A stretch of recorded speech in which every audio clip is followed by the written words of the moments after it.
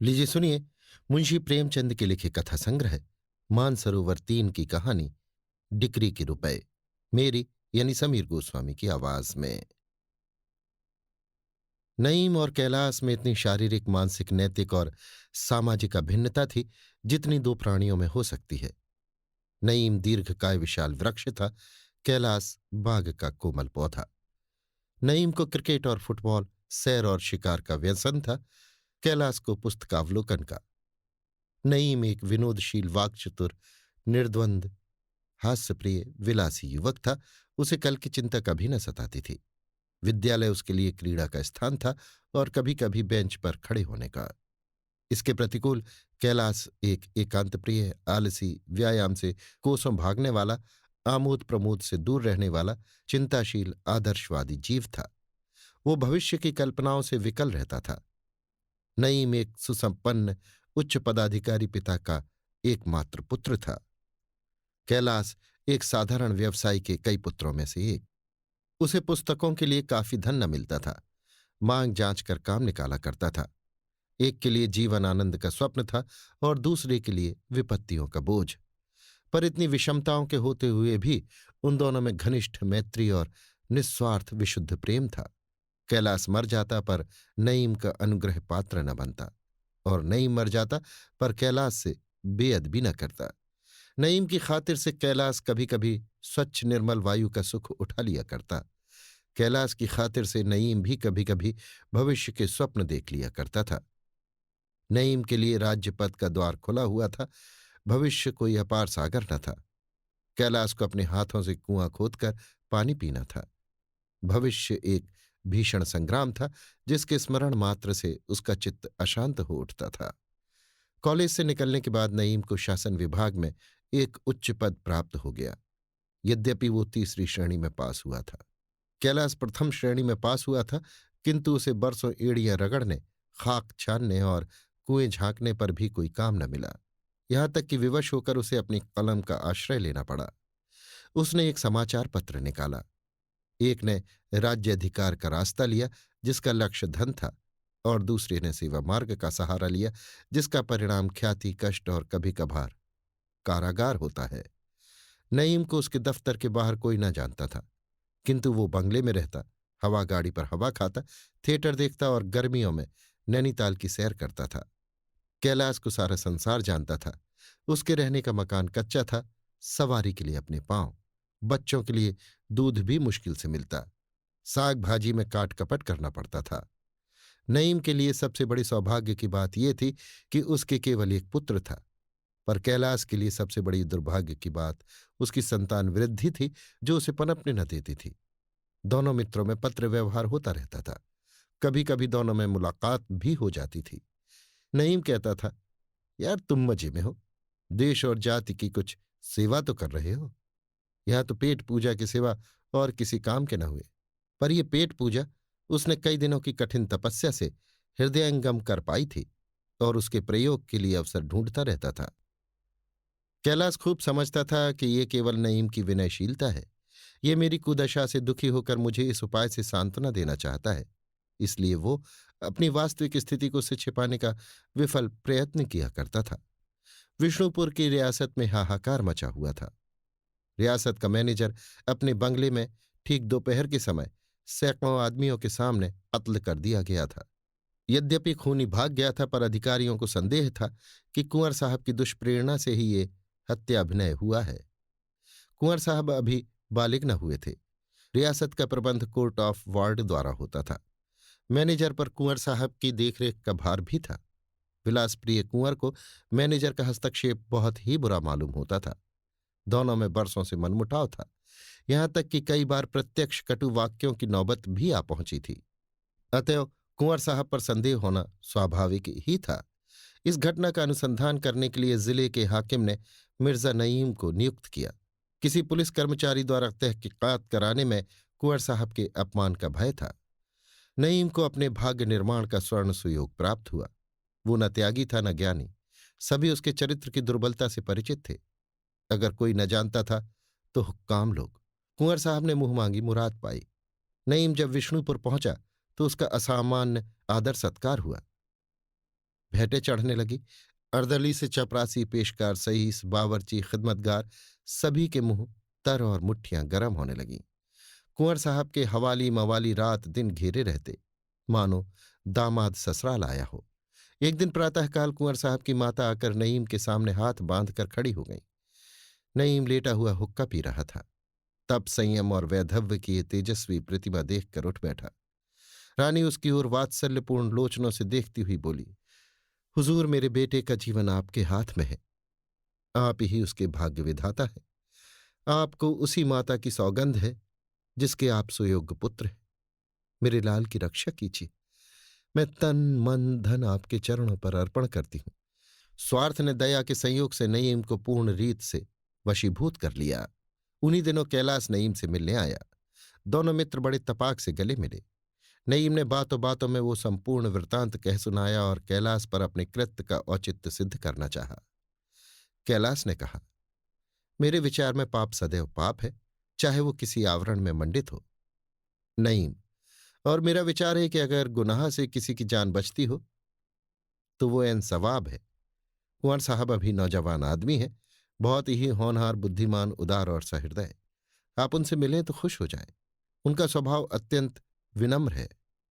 Manager, जो यथार्थ में दुष्ट प्रकृति का मनुष्य था, बरबस कुंवर साहब को दिक किया करता था। यहां तक कि एक मोटर कार के लिए उसने रुपए न स्वीकार किए, न सिफारिश की। मैं ये नहीं कहता कि कुंवर साहब का ये कार्य स्तुत्य है, लेकिन बहस ये है कि उनको अपराधी सिद्ध करके उन्हें काले पानी की हवा खिलाई जाए या निरपराध सिद्ध करके उनकी प्राण रक्षा की जाए। और भाई, तुमसे तो कोई पर्दा नहीं है, पूरे 20,000 की थैली है। बस मुझे अपनी रिपोर्ट में ये लिख देना होगा कि व्यक्तिगत वैमनस्य के कारण ये दुर्घटना हुई है। राजा साहब का इससे कोई संपर्क नहीं। जो शहादतें मिल सकी उन्हें मैंने गायब कर दिया। मुझे इस कार्य के लिए नियुक्त करने में अधिकारियों की एक मसलहत थी। कुंवर साहब हिंदू है, इसलिए किसी हिंदू कर्मचारी को नियुक्त न करके जिलाधीश ने ये भार मेरे सिर रखा। ये सांप्रदायिक विरोध मुझे निष्प्रह सिद्ध करने के लिए काफी है। मैंने 2-4 अवसरों पर कुछ तो हुक्काम की प्रेरणा से और कुछ स्वेच्छा से मुसलमानों के साथ पक्षपात किया, जिससे ये मशहूर हो गया है कि मैं हिंदुओं का कट्टर दुश्मन हूं।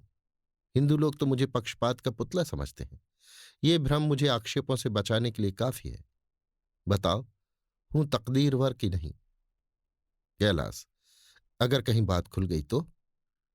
नईम, तो ये मेरी समझ का फेर, मेरे अनुसंधान का दोष, मानव प्रकृति के एक अटल नियम का उज्जवल उदाहरण होगा। मैं कोई सर्वज्ञ तो हूं नहीं। मेरी नियत पर आंच ना आने पावेगी। मुझ पर रिश्वत लेने का संदेह न हो सकेगा। आप इसके व्यवहारिक कोण पर न जाइए, केवल इसके नैतिक कोण पर निगाह रखिए। ये कार्य नीति के अनुकूल है या नहीं। आध्यात्मिक सिद्धांतों को न खींच लाइएगा, केवल नीति के सिद्धांतों से इसकी विवेचना कीजिए। कैलाश, इसका एक अनिवार्य फल ये होगा कि दूसरे रईसों को भी ऐसे दुष्कृत्यों की उत्तेजना मिलेगी। धन से बड़े पापों पर पर्दा पड़ सकता है। इस विचार के फैलने का फल कितना भयंकर होगा, इसका आप स्वयं अनुमान कर सकते हैं। नहीं जी नहीं, मैं ये अनुमान नहीं कर सकता। रिश्वत अब भी 90% अभियोगों पर पर्दा डालती है, फिर भी पाप का भय प्रत्येक हृदय में है। दोनों मित्रों में देर तक इस विषय पर तर्क वितर्क होता रहा, लेकिन कैलाश का न्याय विचार नईम के हास्य और व्यंग से पेश न पा सका। विष्णुपुर के हत्याकांड पर समाचार पत्रों में आलोचना होने लगी।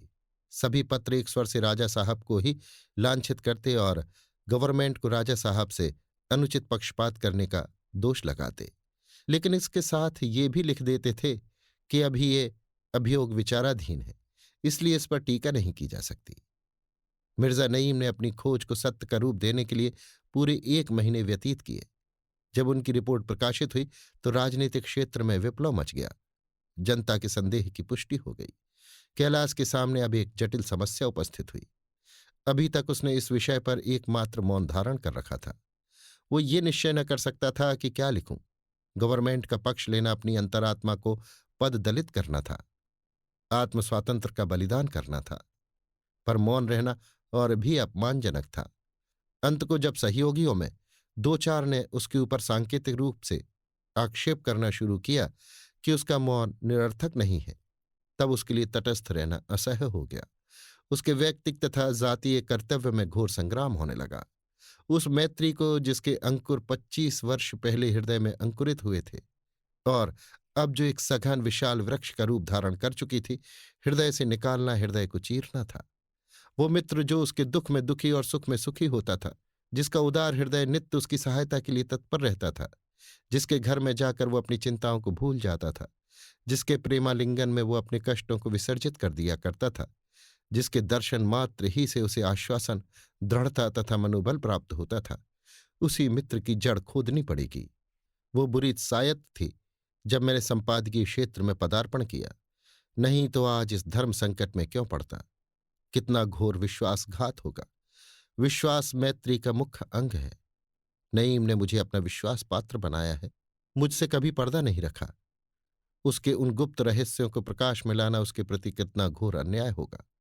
नहीं, मैं मैत्री को कलंकित न करूंगा, उसकी निर्मल कीर्ति पर धब्बा न लगाऊंगा, मैत्री पर वज्राघात न करूंगा। ईश्वर वो दिन न लावे कि मेरे हाथों नईम का अहित हो। मुझे पूर्ण विश्वास है कि यदि मुझ पर कोई संकट पड़े तो नईम मेरे लिए प्राण तक दे देने को तैयार हो जाएगा। उसी मित्र को मैं संसार के सामने अपमानित करूं, उसकी गर्दन पर कुठार चलाऊं। भगवान मुझे वो दिन न दिखाना। लेकिन जातीय कर्तव्य का पक्ष भी निरस्त्र न था। पत्र का संपादक परंपरागत नियमों के अनुसार जात का सेवक है। वो जो कुछ देखता है जात की विराट दृष्टि से देखता है। वो जो कुछ विचार करता है उस पर भी जातीयता की छाप लगी होती है। नित्य जात के विस्तृत विचार क्षेत्र में विचरण करते रहने से व्यक्ति का महत्व उसकी दृष्टि में अत्यंत संकीर्ण हो जाता है। वो व्यक्ति को क्षुद्र, तुच्छ, नगण्य कहने लगता है। व्यक्ति की जात पर बलि देना उसकी नीति का प्रथम अंग है। यहाँ तक कि वो बहुधा अपने स्वार्थ को भी जात पर वार कर देता है। उसके जीवन का लक्ष्य महान आत्माओं का अनुगामी होता है, जिन्होंने राष्ट्रों का निर्माण किया है। उनकी कीर्ति अमर हो गई है, जो दलित राष्ट्रों की उद्धारक हो गई हैं। वो यथाशक्ति कोई काम ऐसा नहीं कर सकता जिससे उसके पूर्वजों की उज्ज्वल विरुदावली में कालिमा लगने का भय हो। कैलाश राजनीतिक क्षेत्र में बहुत कुछ यश और गौरव प्राप्त कर चुका था। उसकी सम्मति आदर की दृष्टि से देखी जाती थी। उसके निर्भीक विचारों ने, उसकी निष्पक्ष टीकाओं ने उसे संपादक मंडली का प्रमुख नेता बना दिया था। अतएव इस अवसर पर मैत्री का निर्वाह केवल उसकी नीति और आदर्श ही के विरुद्ध नहीं, उसके मनोगत भावों के भी विरुद्ध था। इसमें उसका अपमान था, आत्मपतन था, भीरुता थी। ये कर्तव्य पथ से विमुख होना और राजनीतिक क्षेत्र से सदैव के लिए बहिष्कृत हो जाना था। एक व्यक्ति की, चाहे वो मेरा कितना ही आत्मीय क्यों न हो, राष्ट्र के सामने क्या हस्ती है। नईम के बनने या बिगड़ने से राष्ट्र पर कोई असर न पड़ेगा, लेकिन शासन की निरंकुशता और अत्याचार पर पर्दा डालना राष्ट्र के लिए भयंकर सिद्ध हो सकता है। उसे इसकी परवाह न थी कि मेरी आलोचना का प्रत्यक्ष कोई असर होगा या नहीं। संपादक की दृष्टि में अपनी सम्मति सिंहनाद के समान प्रतीत होती है। वो कदाचित समझता है कि मेरी लेखनी शासन को कंपायमान कर देगी, विश्व को हिला देगी। शायद सारा संसार मेरी कलम की सरसराहट से थर्रा उठेगा। मेरे विचार प्रकट होते ही युगांतर उपस्थित कर देंगे। नईम मेरा मित्र है, किंतु राष्ट्र मेरा इष्ट है। मित्र के पद की रक्षा के लिए क्या अपने इष्ट पर प्राणघातक आघात करूं? कई दिनों तक कैलाश के व्यक्तिगत और संपादक के कर्तव्यों में संघर्ष होता रहा। अंत को जात ने व्यक्ति को परास्त कर दिया। उसने निश्चय किया कि मैं इस रहस्य का यथार्थ स्वरूप दिखा दूंगा। शासन के अनुत्तरदायित्व को जनता के सामने खोलकर रख दूंगा। शासन विभाग के कर्मचारियों की स्वार्थ लोलुपता का नमूना दिखा दूंगा। दुनिया को दिखा दूंगा कि सरकार किन की आंखों से देखती है, किन के कानों से सुनती है। उसकी अक्षमता, उसकी अयोग्यता और उसकी दुर्बलता को प्रमाणित करने का इससे बढ़कर और कौन सा उदाहरण मिल सकता है। नहीं, मेरा मित्र है तो हो, जात के सामने वो कोई चीज नहीं है। उसकी हानि के भय से मैं राष्ट्रीय कर्तव्यों से क्यों मुंह फेरूं? अपनी आत्मा को क्यों दूषित करूं? अपनी स्वाधीनता को क्यों कलंकित करूं? आह, प्राणों से प्रिय नईम, मुझे क्षमा करना। आज तुम जैसे मित्र रत्न को मैं अपने कर्तव्य की वेदी पर बलि चढ़ाता हूं, मगर तुम्हारी जगह अगर मेरा पुत्र होता तो उसे भी इसी कर्तव्य की बलि वेदी पर भेंट कर देता। दूसरे दिन कैलाश ने इस घटना की मीमांसा शुरू की। जो कुछ उसने नईम से सुना था वो सब एक लेखमाला के रूप में प्रकाशित करने लगा। घर का भेदी लंका ढाहे, अन्य संपादकों को जहां अनुमान, तर्क और युक्ति के आधार पर अपना मत स्थिर करना पड़ता था, और इसलिए वे कितनी ही अनर्गल अपवादपूर्ण बातें लिख डालते थे, वहां कैलाश की टिप्पणियां प्रत्यक्ष प्रमाणों से युक्त होती थीं। वो पते पते की बातें कहता था और उस निर्भीकता के साथ जो दिव्य अनुभव का निर्देश करती थी। उसके लेखों में विस्तार कम पर सार अधिक होता था। उसने नईम को भी न छोड़ा, उसकी स्वार्थ लिप्सा का खूब खाका उड़ाया, यहां तक कि वो धन की संख्या भी लिख दी जो इस कुत्सित व्यापार पर पर्दा डालने के लिए उसे दी गई थी। सबसे मजे की बात यह थी कि उसने नईम से एक राष्ट्रीय गुप्तचर की मुलाकात का भी उल्लेख किया, जिसने नईम को रुपए लेते हुए देखा था। अंत में गवर्नमेंट को भी चैलेंज दिया कि जो उसमें साहस हो तो मेरे प्रमाणों को झूठा साबित कर दे। इतना ही नहीं, उसने वो वार्तालाप भी अक्षरशः प्रकाशित कर दिया जो उसके और नईम के बीच हुआ था। रानी का नईम के पास आना, उसके पैरों पर गिरना, कुंवर साहब का नईम के पास नाना प्रकार के तोहफे लेकर आना, इन सभी प्रसंगों ने उसके लेखों में एक जासूसी उपन्यास का मजा पैदा कर दिया। इन लेखों ने राजनीतिक क्षेत्र में हलचल मचा दी। पत्र संपादकों को अधिकारियों पर निशाने लगाने के ऐसे अवसर सौभाग्य से मिलते हैं। जगह जगह शासन की इस करतूत की निंदा करने के लिए सभाएं होने लगी। कई सदस्यों ने व्यवस्थापक सभा में इस विषय पर प्रश्न करने की घोषणा की। शासकों को कभी ऐसी मुंह की न खानी पड़ी थी। आखिर उन्हें अपनी मान रक्षा के लिए इसके सिवा और कोई उपाय न सूझा कि वे मिर्जा नईम को कैलाश पर मानहानि का अभियोग चलाने के लिए विवश करें। कैलाश पर इस्तगासा दायर हुआ। मिर्जा नईम की ओर से सरकार पैरवी करती थी। कैलाश स्वयं अपनी पैरवी कर रहा था। न्याय के प्रमुख संरक्षकों, वकील, बैरिस्टरों ने किसी अज्ञात कारण से उसकी पैरवी करना अस्वीकार किया। न्यायाधीश को हार कर कैलाश को कानून की सनद न रखते हुए भी अपने मुकदमे की पैरवी करने की आज्ञा देनी पड़ी। महीनों अभियोग चलता रहा। जनता में सनसनी फैल गई। रोज हजारों आदमी अदालत में एकत्र होते थे। बाजारों में अभियोग की रिपोर्ट पढ़ने के लिए समाचार पत्रों की लूट होती थी। चतुर पाठक पढ़े हुए पत्रों से घड़ी रात जाते जाते दुगने पैसे खड़े कर लेते थे, क्योंकि उस समय तक पत्र विक्रेताओं के पास कोई पत्र न बचने पाता था। जिन बातों का ज्ञान पहले गिने गिनाए पत्र ग्राहकों को था, उन पर अब जनता की टिप्पणियां होने लगीं। नईम की मिट्टी कभी इतनी खराब न हुई थी। गली गली, घर घर उसी की चर्चा थी। जनता का क्रोध उसी पर केंद्रित हो गया था। वो दिन भी स्मरणीय रहेगा जब दोनों सच्चे, एक दूसरे पर प्राण देने वाले मित्र अदालत में आमने सामने खड़े हुए और कैलाश ने मिर्जा नईम से जिरह करनी शुरू की। कैलाश को ऐसा मानसिक कष्ट हो रहा था मानो वो नईम की गर्दन पर तलवार चलाने जा रहा है, और नईम के लिए तो वो अग्नि परीक्षा थी। दोनों के मुख उदास थे, एक का आत्मग्लानि से, दूसरे का भय से। नईम प्रसन्न बनने की चेष्टा करता था, कभी कभी सूखी हंसी भी हंसता था, लेकिन कैलाश, आह, उस गरीब के दिल पर जो गुजर रही थी उसे कौन जान सकता है। कैलाश ने पूछा, आप और मैं एक साथ पढ़ते थे, इसे आप स्वीकार करते हैं? नईम, अवश्य स्वीकार करता हूं। कैलाश, हम दोनों में घनिष्ठता थी कि हम आपस में कोई पर्दा न रखते थे, इसे आप स्वीकार करते हैं? नईम, अवश्य स्वीकार करता हूं। कैलाश, जिन दिनों आप इस मामले की जांच कर रहे थे मैं आपसे मिलने गया था, इसे भी आप स्वीकार करते हैं? नईम, अवश्य स्वीकार करता हूं। कैलाश, क्या उस दिन आपने मुझसे ये नहीं कहा था कि कुंवर साहब की प्रेरणा से यह हत्या हुई है? नईम, कदापि नहीं। कैलाश, आपके मुख से ये शब्द नहीं निकले थे कि 20,000 की थैली है? नईम जरा भी न झिझका, जरा भी संकुचित न हुआ। उसकी जबान में लेश मात्र भी लुकनत न हुई, वाणी में जरा भी थरथराहट न आई। उसके मुख पर अशांति, अस्थिरता या असमंजस का कोई भी चिन्ह न दिखाई दिया। वो अविचल खड़ा रहा। कैलाश ने बहुत डरते डरते ये प्रश्न किया था। उसको भय था कि नईम इसका कुछ जवाब न दे सकेगा, कदाचित रोने लगेगा। लेकिन नईम ने निशंक भाव से कहा, संभव है आपने स्वप्न में मुझसे ये बातें सुनी हो। कैलाश एक क्षण के लिए दंग हो गया। फिर उसने विस्मय से नईम की ओर नजर डालकर पूछा, क्या आपने ये नहीं फरमाया था कि मैंने 2-4 अवसरों पर मुसलमानों के साथ पक्षपात किया है और इसीलिए मुझे हिंदू विरोधी समझकर इस अनुसंधान का भार सौंपा गया है? नईम जरा भी न झिझका, अविचल, स्थिर और शांत भाव से बोला, आपकी कल्पना शक्ति वास्तव में आश्चर्यजनक है। बरसों तक आपके साथ रहने पर भी मुझे ये विदित न हुआ था कि आप में घटनाओं का आविष्कार करने की ऐसी चमत्कारपूर्ण शक्ति है। कैलाश ने और कोई प्रश्न नहीं किया। उसे अपने पराभव का दुख न था, दुख था नईम की आत्मा के पतन का। वो कल्पना भी न कर सकता था कि कोई मनुष्य अपने मुंह से निकली हुई बात को इतनी ढिठाई से अस्वीकार कर सकता है, और वो भी उसी आदमी के मुंह पर जिससे वो बात कही गई हो। ये मानवीय दुर्बलता की पराकाष्ठा है। वो नईम जिसका अंदर और बाहर एक था, जिसके विचार और व्यवहार में भेद न था, जिसकी वाणी आंतरिक भावों का दर्पण थी, वो नईम, वो सरल आत्माभिमानी सत्य भक्त नईम इतना धूर्त, ऐसा मक्कार हो सकता है? क्या दास्ता के सांचे में ढलकर मनुष्य अपना मनुष्यत्व खो बैठता है? क्या ये दिव्य गुणों के रूपांतरित करने का यंत्र है? अदालत ने नईम को 20,000 रुपयों की डिग्री दे दी। कैलाश पर वज्रपात हो गया।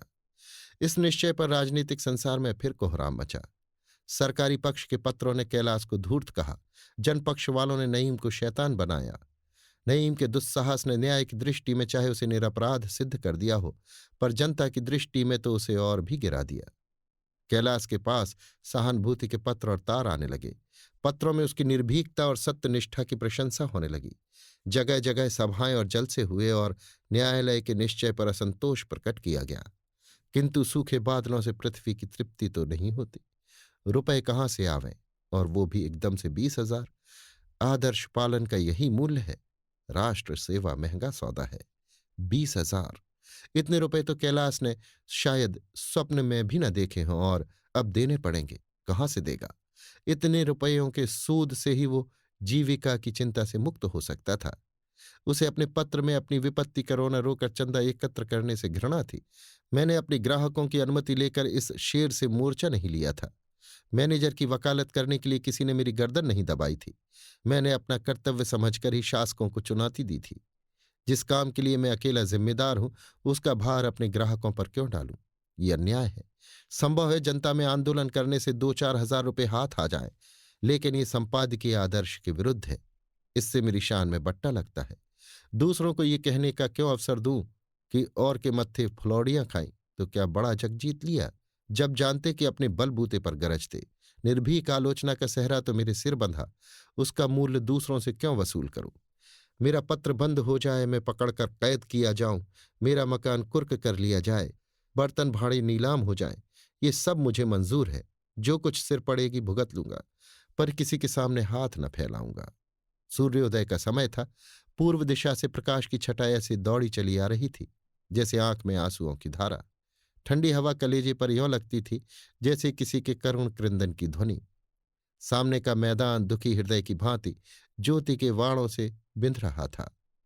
घर में वो निस्तब्धता छाई थी जो गृहस्वामी के गुप्त रोदन की सूचना देती है। न बालकों का शोरगुल था और न माता की शांति प्रसारणी शब्द तारणा। जब दीपक बुझ रहा हो तो घर में प्रकाश कहाँ से आवे?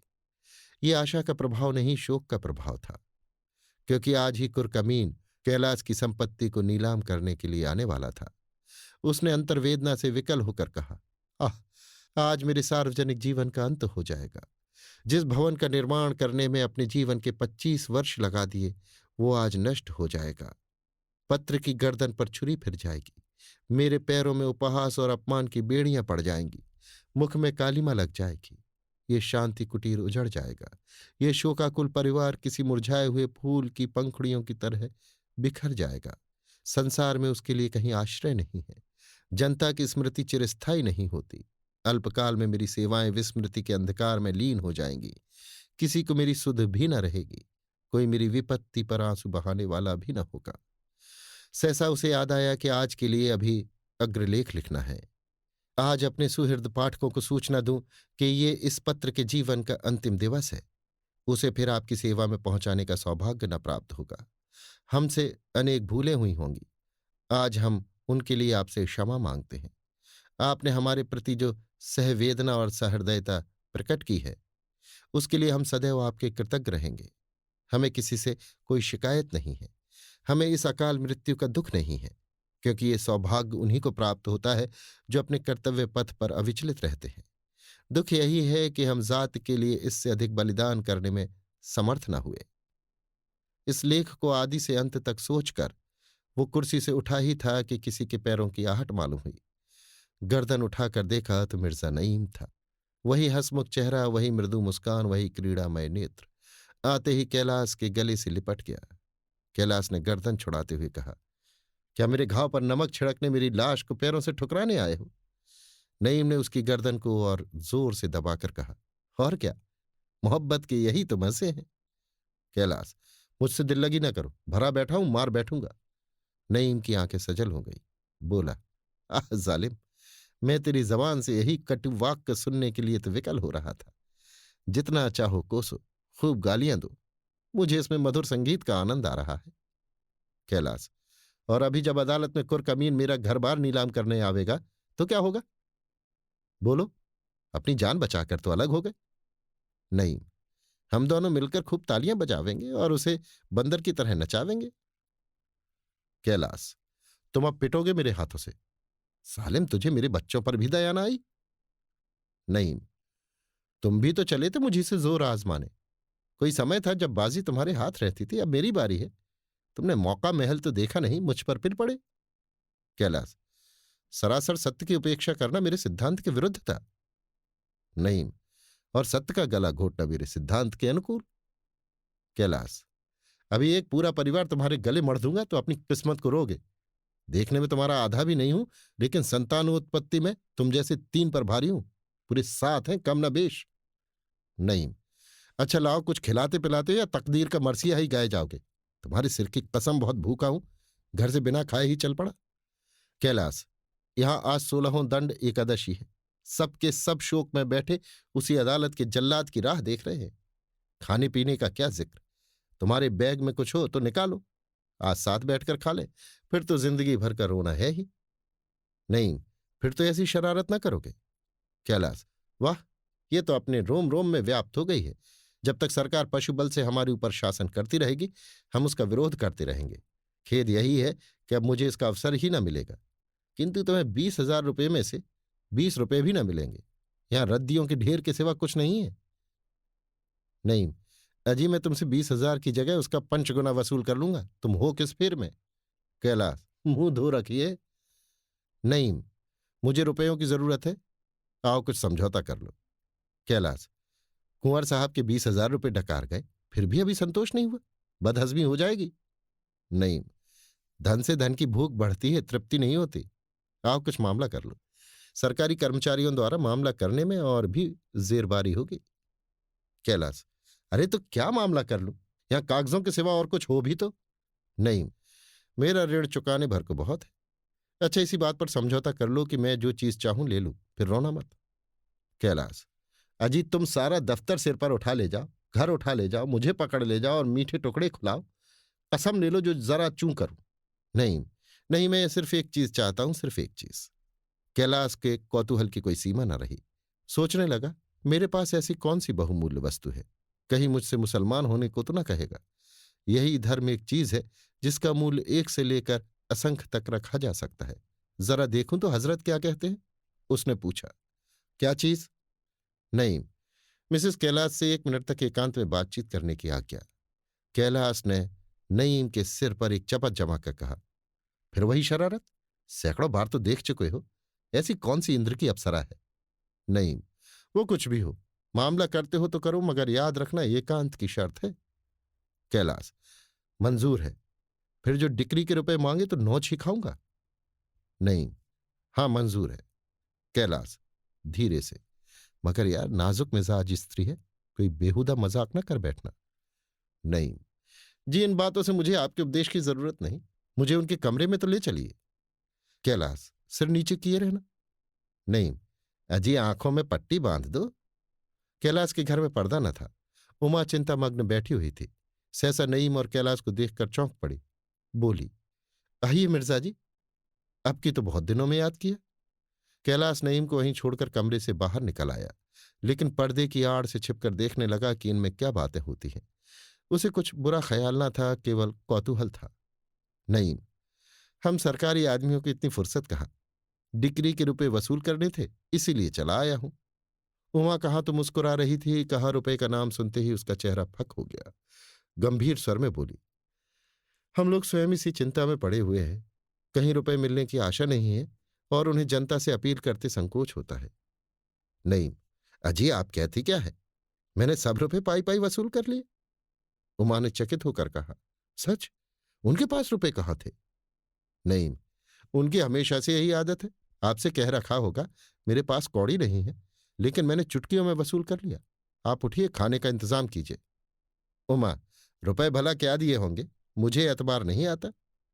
नहीं, आप सरल हैं और वो एक ही काइयां, उसे तो मैं ही खूब जानता हूं। अपनी दरिद्रता के दुखड़े गा गाकर सबको चकमा दिया करता होगा। कैलाश मुस्कुराते हुए कमरे में आए और बोले, अच्छा, अब निकलिए बाहर। यहां भी अपनी शैतानी से बाज नहीं आए? नहीं, रुपयों की रसीद तो लिख दूं। उमा, क्या तुमने रुपए दे दिए? कहाँ मिले? कैलाश, फिर कभी बतला दूंगा। उठिए हजरत। उमा, बताते क्यों नहीं, कहाँ मिले? मिर्जा जी से कौन पर्दा? कैलाश, नहीं, तुम उमा के सामने मेरी तौहीन करना चाहते हो? नहीं, तुमने सारी दुनिया के सामने मेरी तौहीन नहीं की। कैलाश, तुम्हारी तौहीन की तो उसके लिए 20,000 रुपये नहीं देने पड़े? नहीं, मैं भी उसी टकसाल के रुपए दे दूंगा। उमा, मैं रुपए पा गया, इन बेचारे का पर्दा ढका रहने दो। अभी आप सुन रहे थे मुंशी प्रेमचंद के लिखे कथा संग्रह मानसरोवर 3 की कहानी डिक्री के रुपए, मेरी यानी समीर गोस्वामी की आवाज में।